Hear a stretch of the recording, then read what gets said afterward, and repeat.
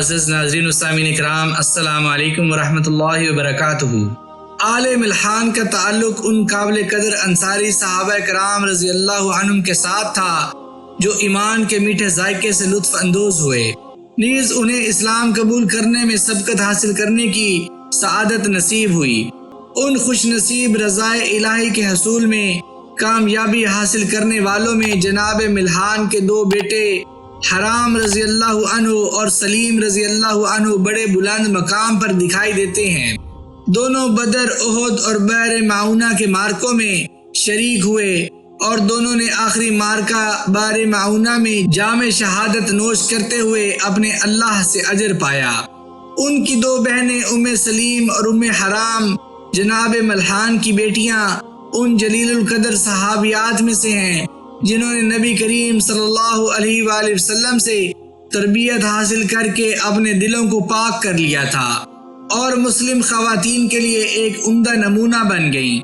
آج ہم حضرت ام حرام بنت ملحان بن خالد انصاریہ نجاریہ کا تذکرہ کریں گے، جس نے عہد نبوت میں اپنے کردار کے بڑے عمدہ، نفیس اور گہرے اثرات چھوڑے۔ حضرت ام حرام بنت ملحان رضی اللہ عنہا مشہور و معروف صحابی حضرت انس بن مالک رضی اللہ عنہ کی خالہ، جرنیل صحابی حضرت عبادہ بن صامت رضی اللہ عنہ کی زوجہ محترمہ اور نبی کریم صلی اللہ علیہ وآلہ وسلم کی رضائی خالہ تھیں۔ حضرت عبداللہ بن عمر رضی اللہ عنہ بیان کرتے ہیں کہ رسول اللہ صلی اللہ علیہ وآلہ وسلم مسجد قباء کبھی پیدل اور کبھی سواری پر تشریف لے آتے اور وہاں 2 رکعت نماز پڑھتے۔ وادی قباء میں تقوی کی بنیاد پر یہ مسجد تعمیر کی گئی۔ بابرکت وادی قباء میں حضرت ام حرام رضی اللہ عنہا رہائش پذیر تھیں۔ اس عظیم خاتون کو رسول اقدس صلی اللہ علیہ وآلہ وسلم کے ہاں بلند مرتبہ اور معتبر مقام حاصل تھا۔ آپ اس خاتون کی بڑی عزت کیا کرتے تھے، بسا اوقات اس کے گھر تشریف لے جاتے، کبھی کبھار وہاں نماز ادا کرتے اور آرام کے لیے لیٹ جاتے۔ مسلم شریف میں حضرت انس بن مالک رضی اللہ عنہ کے حوالے سے مروی ہے، فرماتے ہیں کہ نبی کریم صلی اللہ علیہ وآلہ وسلم ایک روز ہمارے گھر تشریف لائے۔ میں، امی جان اور خالہ جان ام حرام رضی اللہ عنہ وہاں موجود تھے۔ آپ نے ارشاد فرمایا، اٹھو میں تمہیں نماز پڑھاؤں۔ یہ کسی فرضی نماز کا وقت نہیں تھا۔ آپ نے ہمیں نفلی نماز پڑھائی اور ہمارے حق میں دنیا و آخرت کی بہتری کی ڈھیر ساری دعائیں کی۔ ایک دفعہ نبی کریم صلی اللہ علیہ وآلہ وسلم ام حرام رضی اللہ عنہ کے گھر تشریف لائے، کھانا تناول کیا اور اس نے آپ کا سر مبارک دھویا۔ آپ سو گئے، مسکراتے ہوئے بیدار ہوئے تو ام حرام رضی اللہ عنہ کو شہادت کی بشارت دی۔ اس کے بعد اسے شہیدہ کے نام سے پکارا جانے لگا۔ یہ جلیل القدر صحابیہ رضی اللہ عنہ ان عظیم المرتبت صحابیات میں سے تھیں جنہیں قابل ستائش کارنامے سر انجام دینے اور صالح اعمال کے بجا لانے میں کمال درجے کی دسترس حاصل تھی۔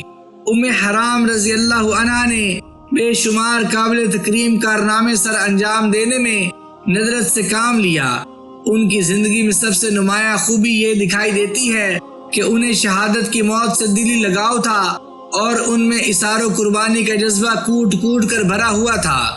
علاوہ ازیں انہیں نبی کریم صلی اللہ علیہ وآلہ وسلم سے حدیث روایت کرنے کا اعزاز بھی حاصل ہوا۔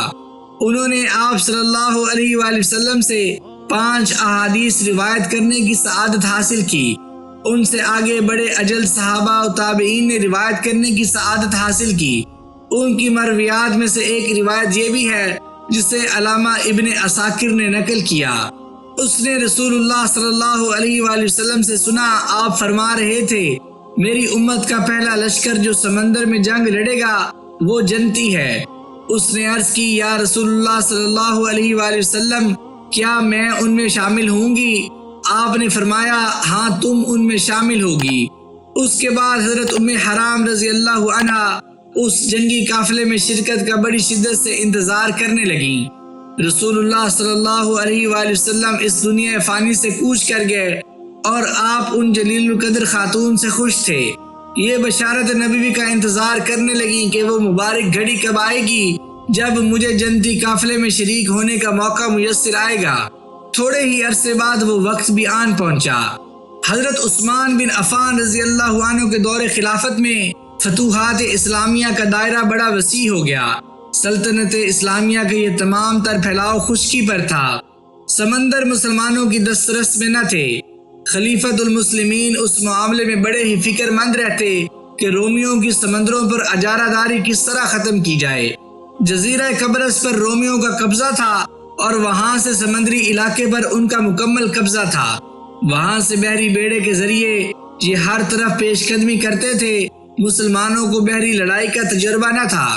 حضرت عثمان رضی اللہ عنہ نے اس مسئلے پر غور و خوض کرنے کے لیے مجلس شورا کا اجلاس طلب کیا اور اس میں یہ فیصلہ کیا گیا کہ بحری فوج تیار کی جائے۔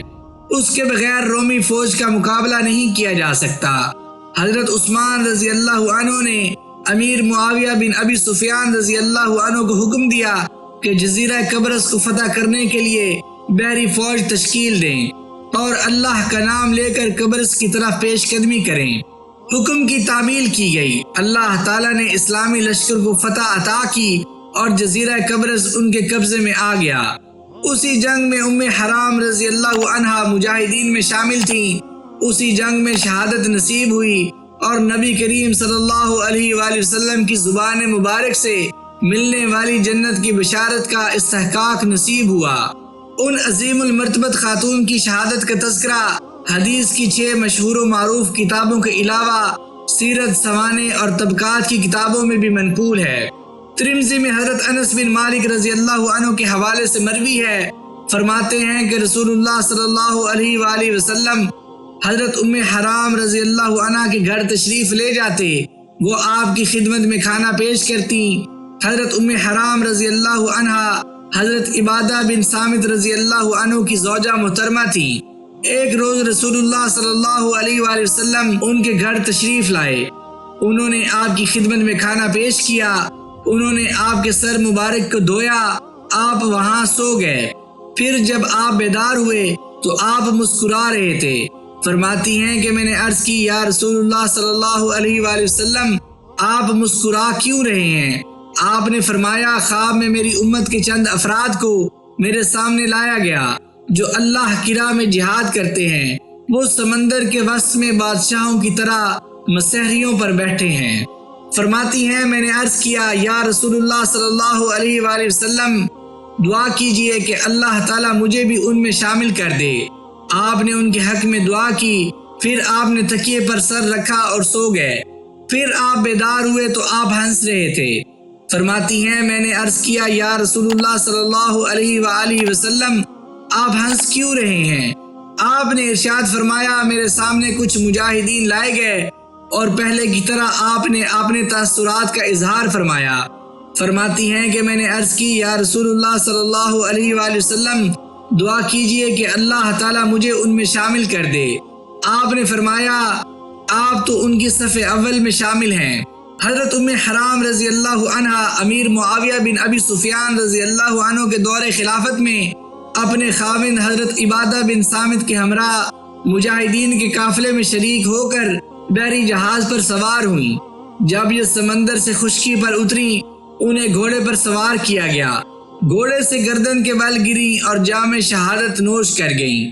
اس طرح حضرت ام حرام رضی اللہ عنہ کو مجاہدین کی صف اول میں شامل ہونے کی سعادت نصیب ہوئی۔ شہادت پا کر اسے اپنے خوابوں کی تعبیر مل گئی۔